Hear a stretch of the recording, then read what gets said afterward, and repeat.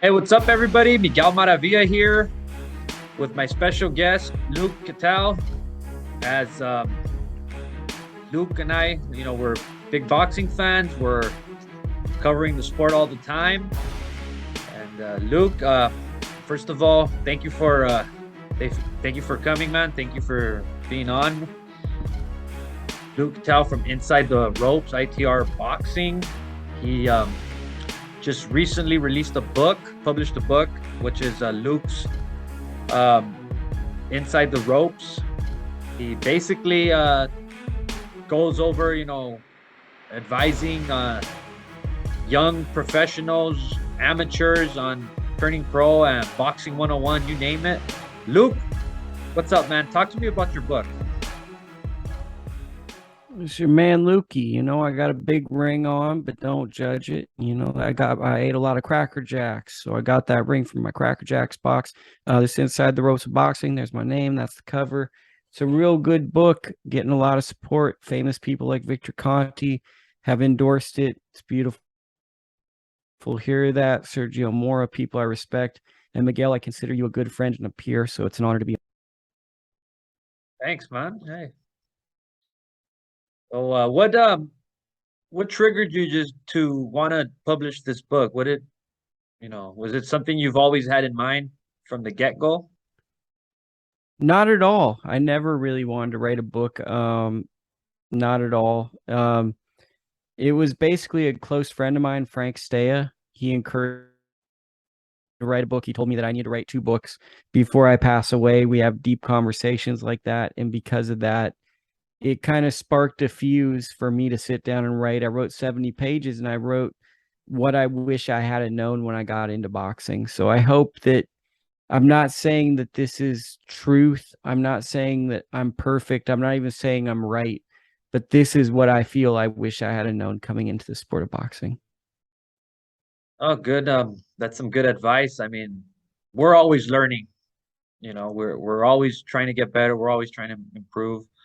So, I mean, looking into this book, there's probably some insight. There's probably something there that, I myself can catch. I recently started working with a few fighters, a few amateurs looking to turn pro, and a few young professionals. So, maybe there's some tips there that I can, follow and, I'll perhaps. send you a book down. So we'll give you my Lukey Hancock and send you a book, and then we can take it from there. But I'm gonna send you a book and read through it, and maybe there's something that you could take away from it. Boxing's a very tricky game, and it's a game that I feel is very political. Oh yes, definitely. It's when I first got in boxing over almost 12 years ago, that was one of the things my editor, the late Flat Top, Scott Pope, he mentioned, hey, in this business, it's a tough business, and definitely had some good experiences, have had some ups and downs.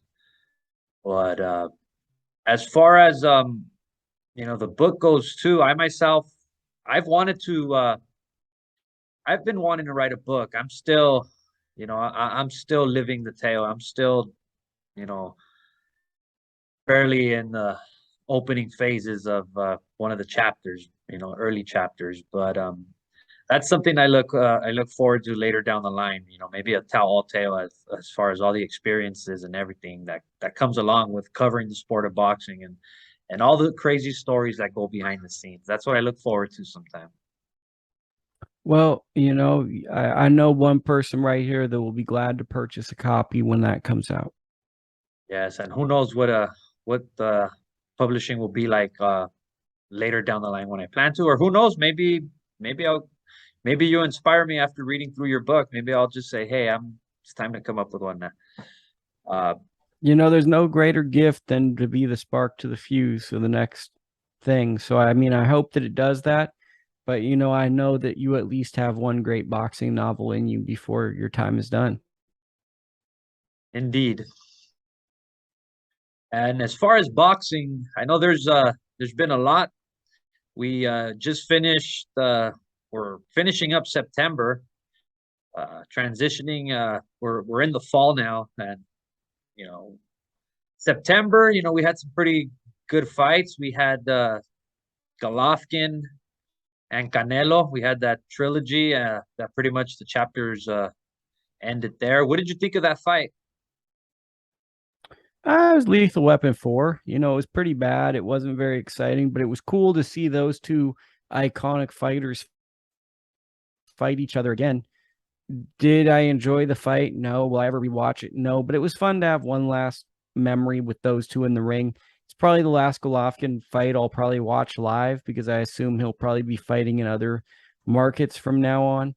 But I mean, I'm not mad that I spent money on it because I spent about 10 years watching those guys fight. Yeah, uh, Lethal Weapon 4, huh? Not you don't want to compare it to The Godfather 3? You know, I actually kind of like The Godfather 3. So The Godfather 3, I'm in that thing where a lot of people don't like that one. I kind of like that one. I think that because it came out so much later that people didn't like it, but I like that it ended like a Greek tragedy. I think it's kind of like Lethal Weapon 4 or The Hangover 3, kind of in that vein of a sequel where is it good? No. Is it bad? Not really. Like I'm not mad.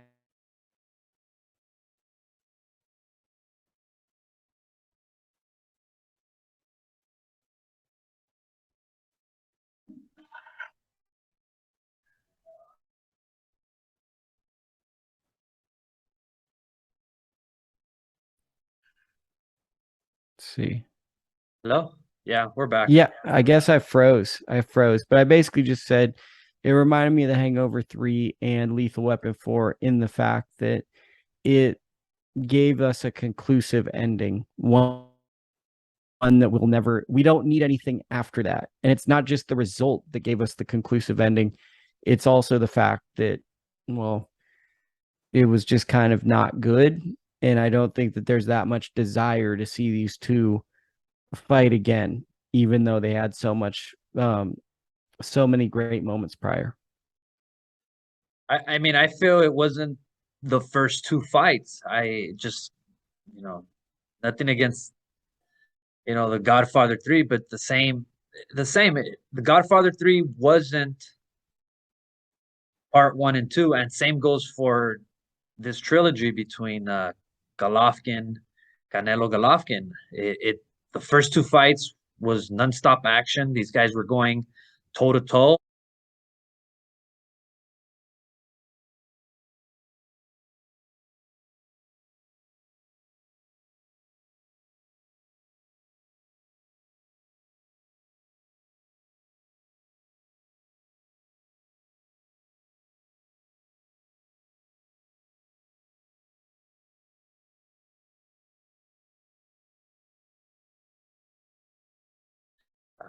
And which provided no action, no spark. There was really no engagement.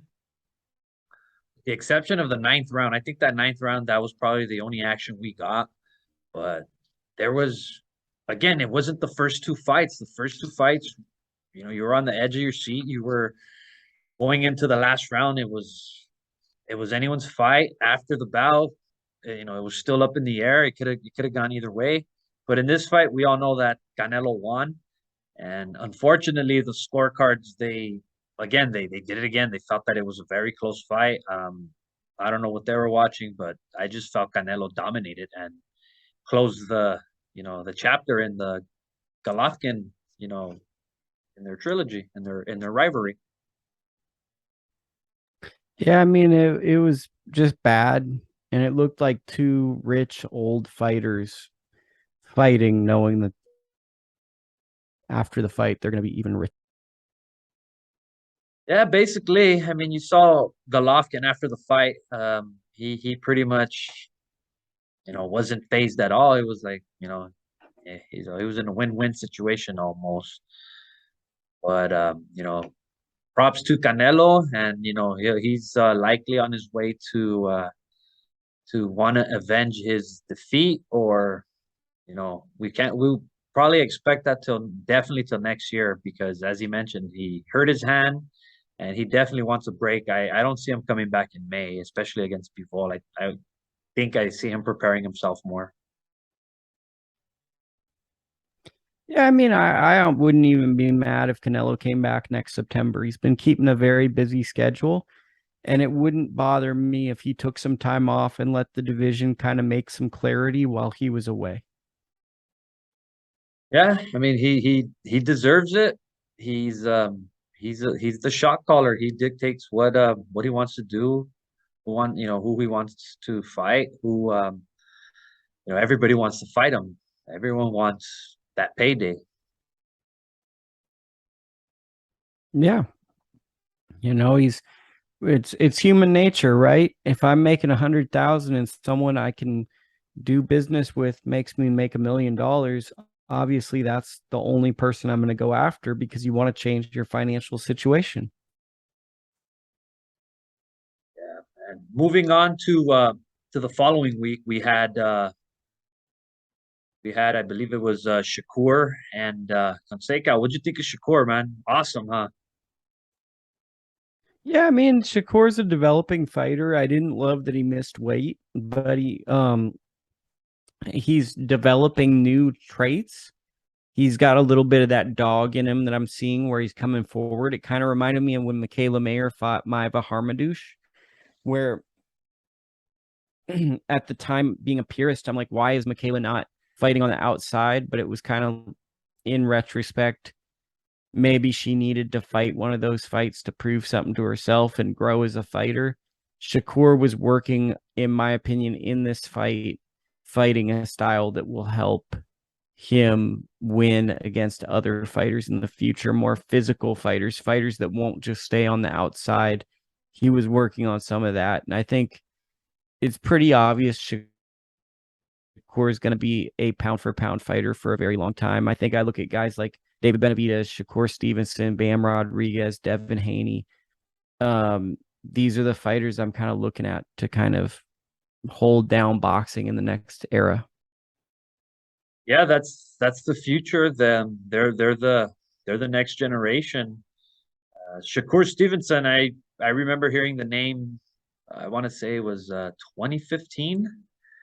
Around 2015, there was a few trainers, coaches, and a few young professionals and even a few champs that were mentioning his name. So when that name started buzzing around a lot, I was like, okay, this kid's probably the next thing because too many people are talking about him. There's too much buzz around him. And then sure enough, watching him fight, I was impressed despite him winning the silver. I mean, again, the competition, uh, and he's planned out. Top Rank has definitely matched them very well, and they know what they're doing. They've been around the business for years. They've developed their fighters, their past, their future, uh, their prospects. That they know how to make champions. They know how to make great champions. They know how to develop Hall of Fame fighters. And I think Shakur is definitely on his way to bigger, better things for his career. And he's going into a division where we're excited. Lightweight has a lot of good fighters. Devin Haney, Vasil Lomachenko. There's very good fighters in that division, and Devin, Loma, and Shakur have never turned down a fight that we know of. So that's very exciting when you have three fighters realistically fighting in a similar division that all say yes to fights. Yeah, that's a very exciting division. The names you just mentioned. What's your take on Tank? Suddenly just wanting to move up once Shakur decides, I can't make 130 anymore. I mean, it's like, we can read into it, but would Tank have even fought Shakur anyway? Like, I just don't think that they would have fought regardless. So, I don't think that it's like, oh man, Shakur's here. I think it's probably just like, I think Tank does a lot of things off of impulse. So it could be like, okay, Shakur's coming. I guess I'll just go to 140 because now there's other fights I can do at 40 because of what have you. But like, even if they're both at lightweight, what has Tank shown us that he's gonna go after those fights and seek those fights? He's taking exciting fights, but he's taking exciting, makeable fights where, to be honest, and if we're being honest, he has a level of an advantage in a lot of these fights where he's the more marquee fighter. At times, he's the bigger man. If he's the smaller man, in Mario Barrios, Barrios a very good fighter, but he's not as decorated as Tank Davis. Barrios had to do a lot to be able to beat a Tank Davis. Tank has not shown us that he's trying to make that fight yet, where he's fighting as true equal. So until he does that, it's hard to say that Tank Davis moved up because of Shakur Stevenson, because even if they're in the same weight class, I don't know if they'd fight each other. And yes, there's a question out there. What would happen? What if? Um, there's the buzz already. You start to see on social media, on Twitter, the Mayweather protection plan and so forth. But none of that will be put to rest until we actually see this fight. And I just hope we could see it soon rather than later, because it's become a trend lately for having the top fighters not fighting each other, or they fight each other, but it's too late. So we're just hoping it doesn't turn into Well, the that's the trend situation. with boxing. Like, Miguel, we don't get to see Fernando Vargas versus Felix Tito Trinidad anymore. No, Now it's like, if that fight happens, Vargas would have lost a fight and then some of the luster is off. And now they're fighting because one of the fighters lost, or it's 3 years too late. And now it's like, okay, this is when it's really supposed to happen for the fighters to make the most money, as opposed to when it's most historically memorable. And I think that we're getting away from kind of what made you and me fans, watching Fernando Vargas versus Felix Tito Trinidad, watching Bernard Hopkins versus Trinidad, De La Hoya versus all these fighters. We're not getting those fights at those times. We have just as great of athletes and stars, but we're consistently not getting these guys matched up right now. no, we're not. And you mentioned some of the big fights. De La Hoya, for example, when he was becoming a superstar, when he was on his rise, when he was conquering the 130, the 135, the 140s, 147, he was fighting the top names. He was fighting the guys that were the best fighters in the division and winning. Whereas these guys, they win a title and they want to consider themselves the best pound for pound. They want to say they are the elite. However, there's still much more to prove, and you know that's the problem with boxing now, is that we're starting to steer away from, like you said, what made us fans. Do we even feel like any of these guys are going to fight each other in the next 2 years? And that's an issue. We're not asking for all of them to fight each other, but we're saying, can we get at least an assortment of some of you guys fighting each other? And we've so far not seen any of these notable names that we really like fight each other. It's a business, right? I agree. It is a business, Miguel, but um at what point does the business kill the sport? Right, and again, it's killing the sport. And that's why you're getting a lot of the feedback from casuals that UFC is going to take over. But I still don't feel that UFC will be taking over anytime soon, because that's the argument we've been hearing for the longest. Oh, boxing is dead. UFC's Well, it's that's why ebbs and flows, right? It's like the UFC will have a good run and then UFC will come down. Boxing will have a good run. But the problem is, neither provide consistent, good enough fights. At least the UFC matches their best fighters up consistently, but the UFC has trouble building up big stars. They don't consistently have name brand guys that the fans want to see that are sexy marquee fighters. Boxing has a slew of these guys. The problem is none of them fight each other. And that's the catch 22 with both of them. UFC, everybody fights everybody, but you have one or two guys you care about. And boxing, you got about 20 people you care about, and you're going to be lucky if four of them fight each other. Yeah, and that's why you have in a way, I know transition, kind of making that transition over, but you have women's boxing where you're getting the best fighting the best right now. You you see women's boxing that is starting to catch a spark. It's out there more. There's a lot of exciting matchups. There's you got the fight that was postponed, but coming up soon between Clarissa and Savannah, and of course Alicia and Michaela. Um, Super fight, two super fights.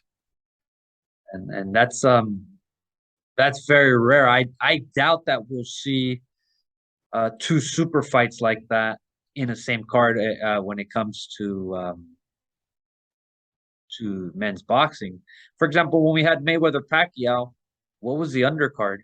You had Leo Santa Cruz versus an overmatched um, featherweight, and then you have Vasil Lomachenko, same thing with an overmatched featherweight. So again, if the pay-per-views that we used to watch, they're pretty much gone now. When it's, I think the other problem is like, okay, where every fight that seemingly has a fighter we care about is on pay per view. Because if you're not on pay per view, well, you're just an ordinary fighter now, right? Andy Ruiz has to be on pay per view and all this.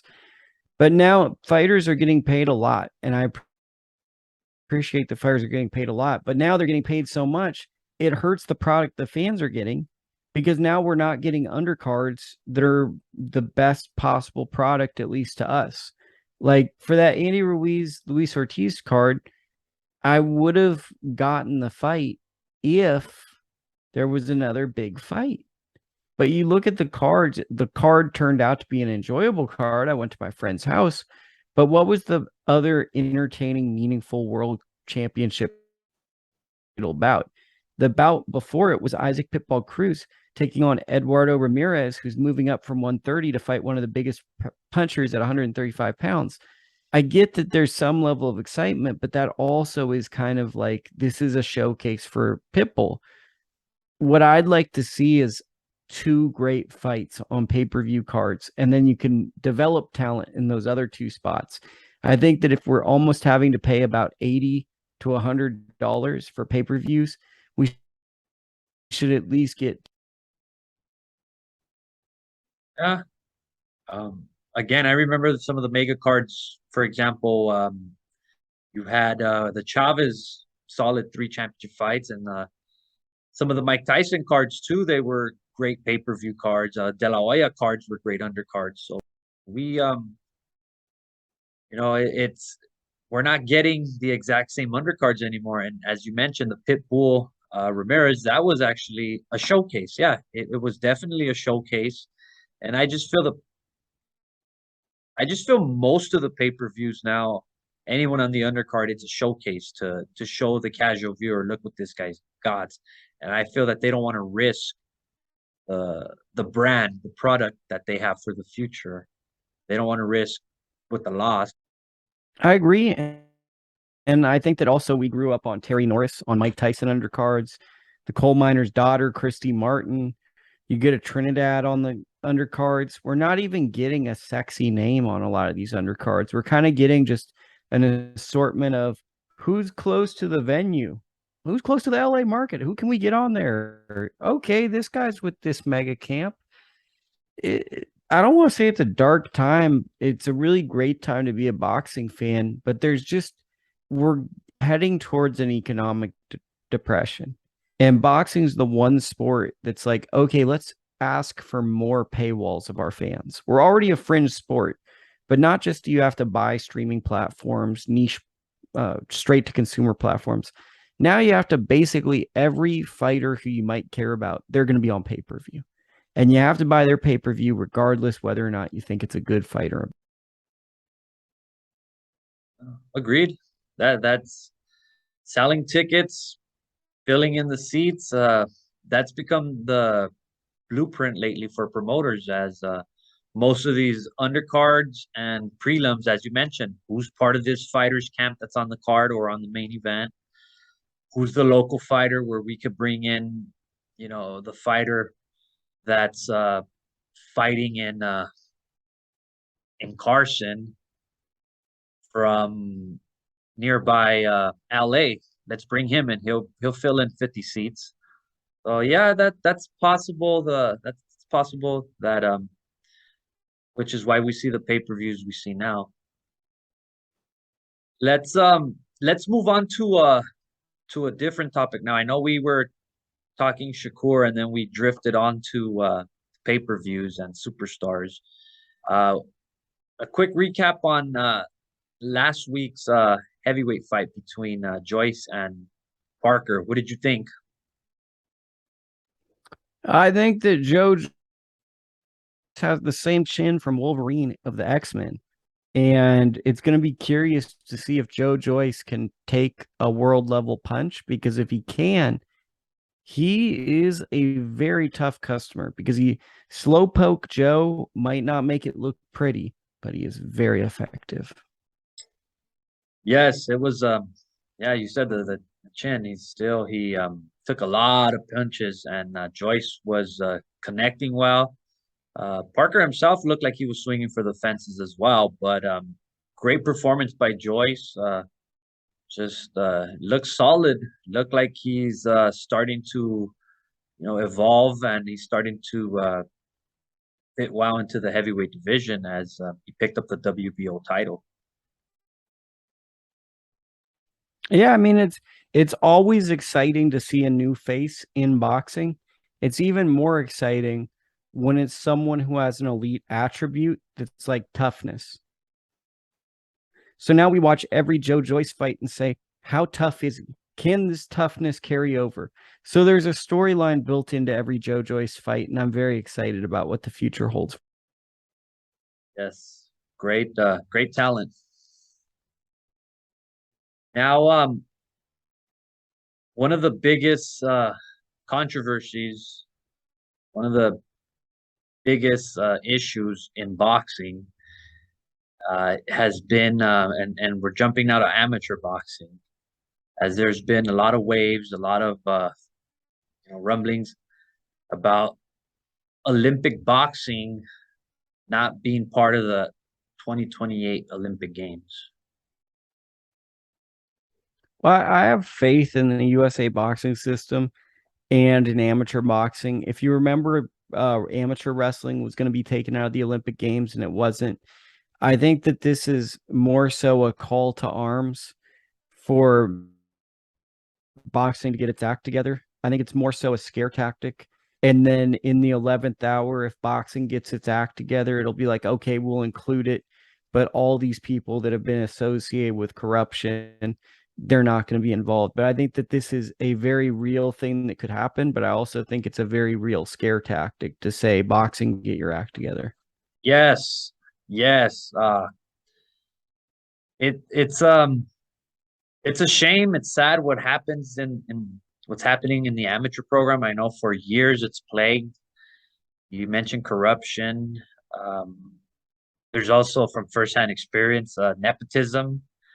Um, I remember as a kid, and this is at a local level. We're not even talking an international level. At a local level, where I thought I won the fight, and I couldn't understand why I lost that fight. So, coach talks to me and says, "Man, you won that fight, but here, let me tell you what happened." And as a kid, I just didn't understand what he was telling me. I was like, "Huh? You mean it?" So later, I find out that his uncle worked for USA Boxing, and another time we had one of the hosting gyms where we went to go fight at. Pretty much the owner or the coach, whatever he was compadres with one of the officials from USA Boxing. So that's my first experience when I started saying, "Shit, I mean, it's that bad." So if it happens at a local level, if it happens at a much more lower competition, I'm pretty sure it's happening in the international competition. Um, there was one fighter. Even worse, There's right? one Even fighter. worse. There was one fighter one time I saw him. I saw him fighting as an amateur, and I thought he lost. And I was like, oh, okay. So once this guy turned pro, somebody had mentioned to me, oh yeah, his mother or his aunt, something. I don't remember. But they mentioned his mother or his aunt was somehow politically involved with the situation. So I said to myself, oh, okay. And again, not one to mention names, but I mean it has its issues. Amateur boxing has to clean up its act because now moving on to the international competition, moving on to the Olympics, for example, look at what happened with Roy Jones Jr. Let's forward it. Let's go to Michael Conlon. So how do these guys lose those fights? And I mean, it's obvious who Or the Katie winner. Taylor. Katie Taylor There won, you go. lost a close fight, you know, and it's Yes, like, isn't that weird that the Irish team spoke out against Aiba, and then Katie Taylor and Michael Conlon lose kind of suspicious decisions? yes, yes. And then you had Michael Conlon, do what he did after. So it is a wake up call. It is, hey, boxing, get your act together. If we can't clean this up, then we move forward without you. Is pretty much what the IOC is the message that they're sending across to everybody involved. But with how's that saying go? With crisis comes opportunity, and this is definitely a crisis for all of amateur boxing. And I just feel it's an opportunity for everybody to band together and basically do it for the young amateurs out there that have that goal to make it to the Olympics and representing their country. Look, as my friend Dakota says, boxing is typically a burning building being looted in a national disaster like Hurricane Katrina. What we need for boxing to be in the Olympics is some of the top officials to put themselves to the side and put these young athletes first. So people that were born of a certain generation get the opportunity to be an Olympian. That's all that needs to happen. And hopefully moving forward, there's still several years for 2028, and it's, you know, hopefully it all goes well, and to we're able to cover the 2028 Olympics because I know LA is one of the sites, so there's a possibility for us to cover Olympic boxing as well. It would be great, right? It would be a home game. We could be there. I feel like we both could be there covering the boxing. We'd be well established to do it. And I think it would be a shame because LA is a very vibrant boxing community. And think about all the young kids going with their parents possibly to see Olympic level boxing. And that's starting a dream for them at a young age. Yes, indeed, it's the future, and again, we look forward to it, and hopefully we have those games here in LA. On to our next topic, just to wrap up. Let's um let's wrap it up with what we have to look forward to a few weeks from now and down the line. Okay. And that is Deontay Wilder and Devin Haney and a few other fights. Yes, you got Fedora Ocampo that's taking place next weekend at the Dignity Health Sports Park, StubHub Center, Home Depot Center, the War Ground. So that should be a fun fight. There's always fun fights there. Then you have the following weeks. You have the Michaela, Bumgarner, Shields, and Marshall, and we also have the rematch, Cambozos and Haney. Yes, Fedora is great because he's a comic book character. I don't know about you, but I turn it into boxing to see sometimes these spectacular physiques, spectacular frames.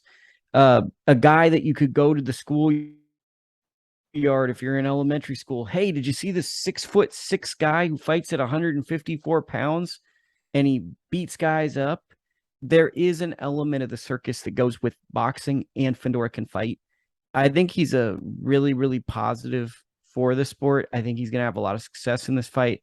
But beyond just that, I'm excited to see if he can capture the Mexican American fans in LA, if he can win over their hearts a bit, because he could be a guy that could get what we call the StubHub Center, the Home Depot Center. He could get that place rocking if he gets the right fights. Yes, there is something appealing to him. I remember the first time I actually met him.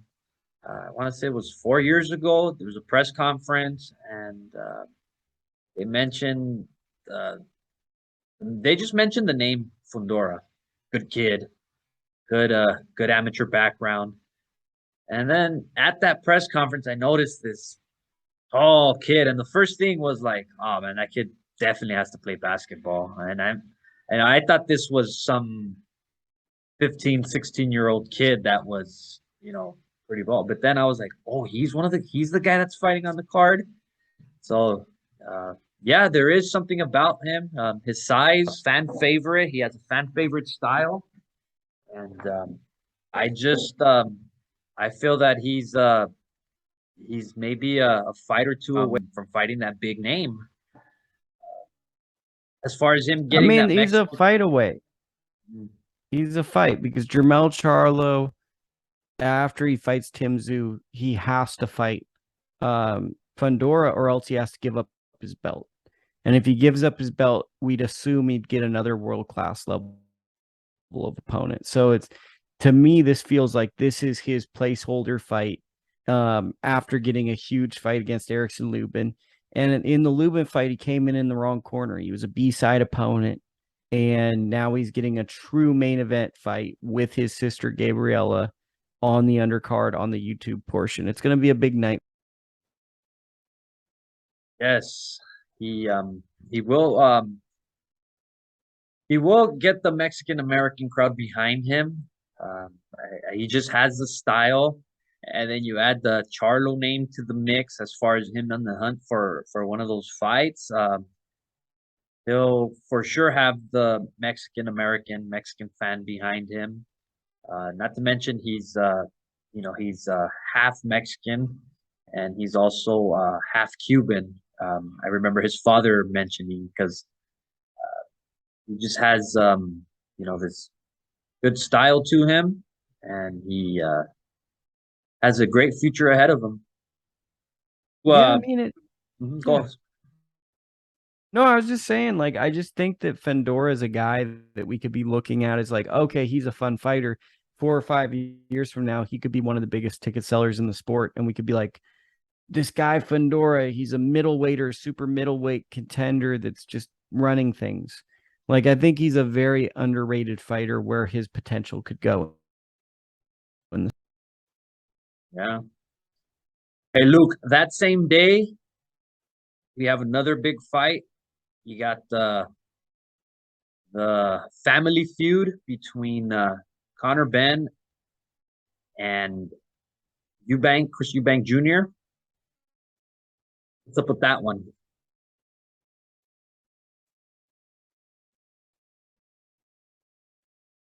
My computer froze, so I just got back. So I'm really nervous about this fight because I feel as though this fight screams that Connor Ben is going to beat Chris Eubank Jr. Because even though Eubank Jr. is the better or the bigger fighter, he really hasn't won these big fights ever. And beyond all of that is he doesn't seem to be taking this fight serious. Oh God, my camera's acting funny. So Chris Eubank Jr. doesn't appear to be taking this fight that serious with the bringing the fried chicken to the fights and all that mockery stuff. His father allegedly trying to pull him out of a fight. I think there's major concerns, and I think this is going to be one of these moments where Connor Ben kind of looks like a superstar and is maybe looks a little bit better than he really is because Eubank Jr. is kind of messing around. Conor Ben is definitely an exciting fighter. Explosive hands, knockout power. Prior to, as you mentioned, with his Chris Eubanks Senior's threatening to pull out his son. Prior to that, I really like Eubanks' chances in this fight. Um, I like you said, the bigger opponent. I just feel that he had the bigger names at the bigger weight class, but post post his father getting involved and threatening, yeah, it's up in the air now. Um, I just feel now I don't feel as confident anymore for Eubank in this fight. And I think Daddy getting involved and doing all that is probably going to mess with his head, his focus. As you mentioned, he's not taking it serious, possibly just looking at another payday. But again, prior to his dad saying what he, threatening to pull out and all that, prior to that, I really like Eubank in this one because again, I just feel Ben hasn't really been tested against a solid fighter. I don't think he's yet to gone uh, to that deep end with a solid fighter yet. And I think this would be the case. He's fought a lot of aging veterans. He's fought a lot of guys who've maybe been like Chris Van Heerden and Chris Algieri are world-class world champions, but they probably were a little bit past their prime when he fought him. And he hasn't quite fought that in the prime guy because I think it is premature. He was calling to be in the conversation with Boots Ennis and Virgil Ortiz. And I think most rational fight fans would giggle because we're like, come on, guy. Like, those guys are just a different level than you. And it's like, it sounds mean to say it, but it's like those guys are fighting world level opposition and making them look really bad. You're fighting fighters at the very end of their career and wanting the same accolades for that. Yeah, and you mentioned the names. Another name too was Adrian Granados. I know he went the distance with Granados, and Granados himself is actually a 140 pounder.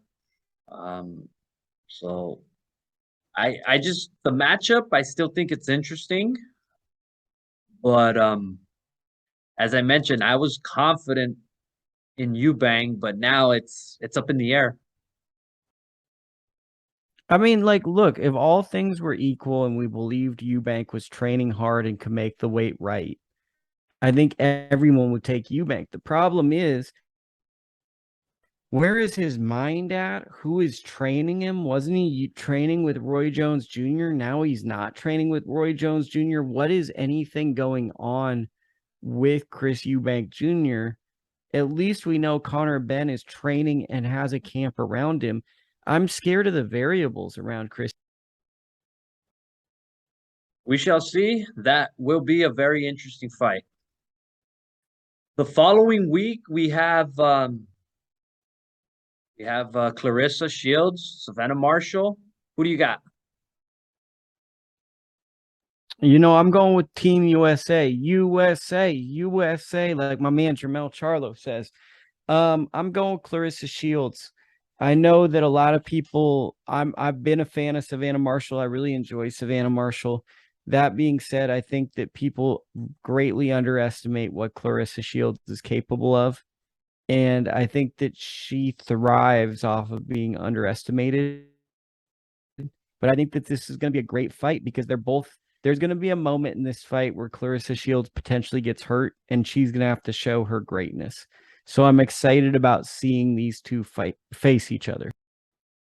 We'll potentially see some adversity, her facing some adversity in this one because Savannah Marshall is tough. I think Clarissa will win this fight, but it's not going to be easy. She'll have to put in her work. How about the undercard? The Michaela and Alicia Baumgartner. See, this outcome is much more clear for me. I think Michaela just has a major advantage over Alicia Baumgartner. I think Alicia is explosive, strong, and athletic, but I think that she's also somewhat overlooking the mental capacity, the will, and the championship mentality of Michaela Mayer.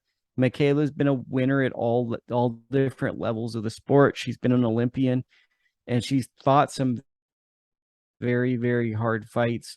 Alicia Baumgardner knocked out Terry Harper, and Terry Harper is a good fighter, but I don't think she's a great fighter this era. And I think because she had such a dynamic knockout of Terry Harper, people are kind of very excited to see what she'll do. The thing that I think people are overlooking is just how much bigger Michaela is, both in terms of physical size and stature. And I just think Michaela has more ways to win this fight. I agree. She has the overall better pedigree, height, reach. She's style wise, she just has a great jab, good hand speed, and I see her winning this fight. I see her taking the decision, uh, and moving on to bigger, better things after, perhaps.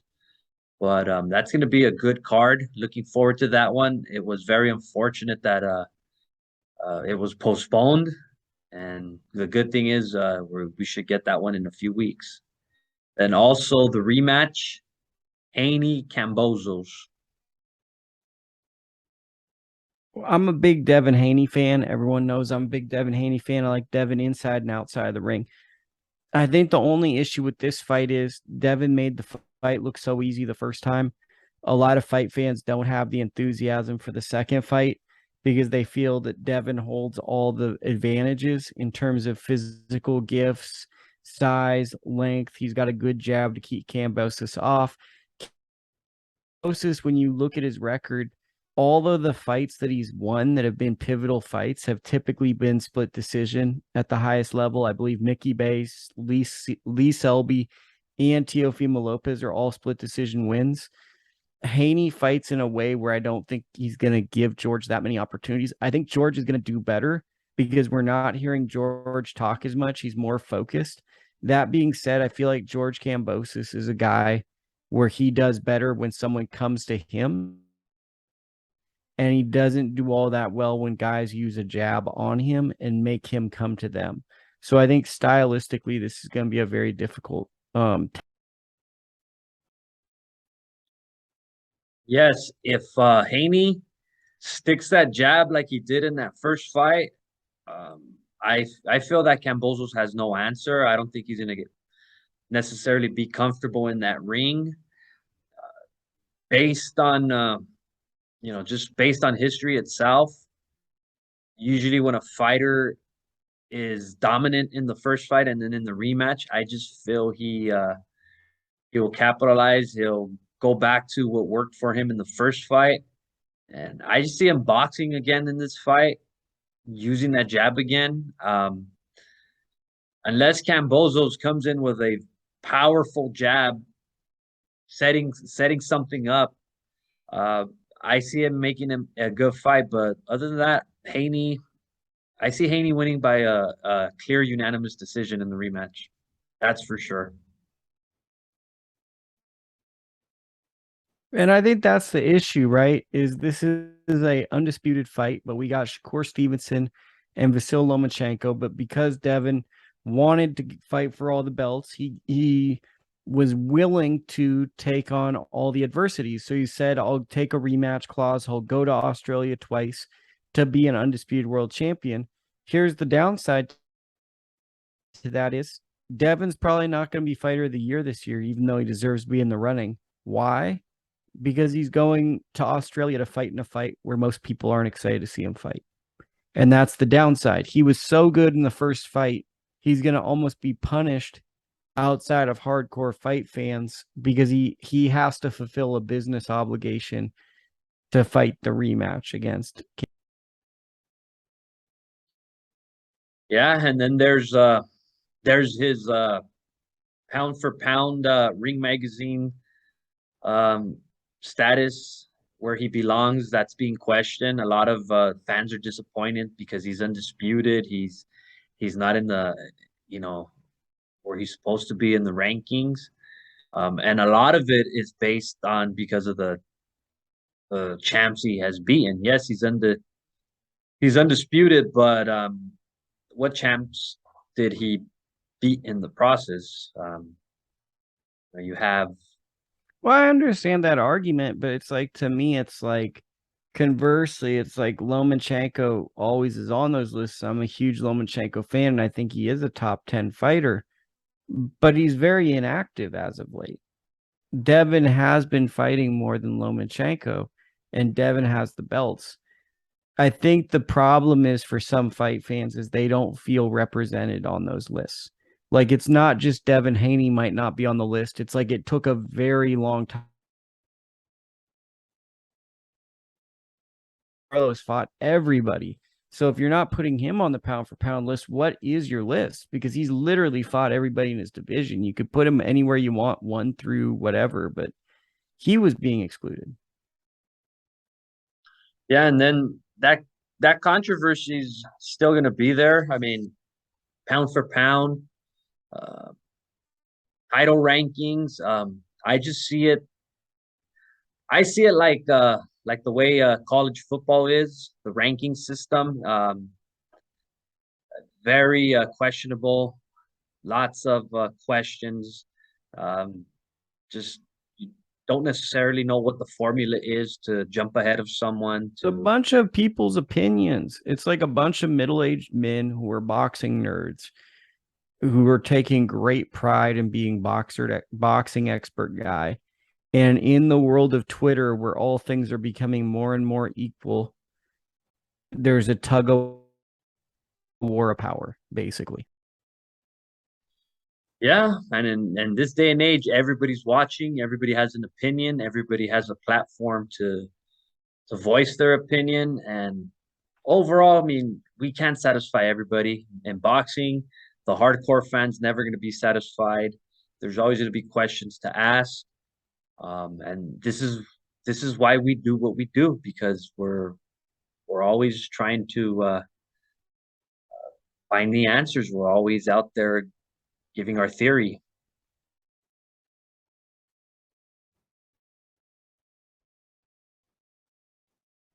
Please.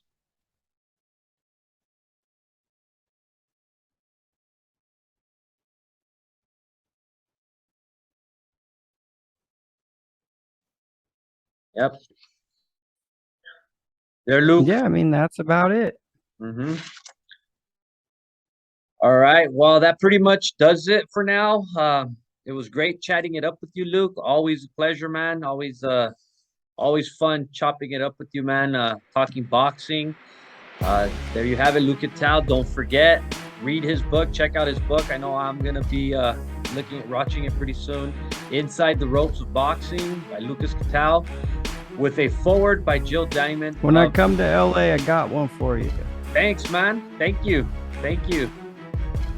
Well, Luke, thank you very much, man. I'll see you next time. We look forward to chopping it up again with you, man.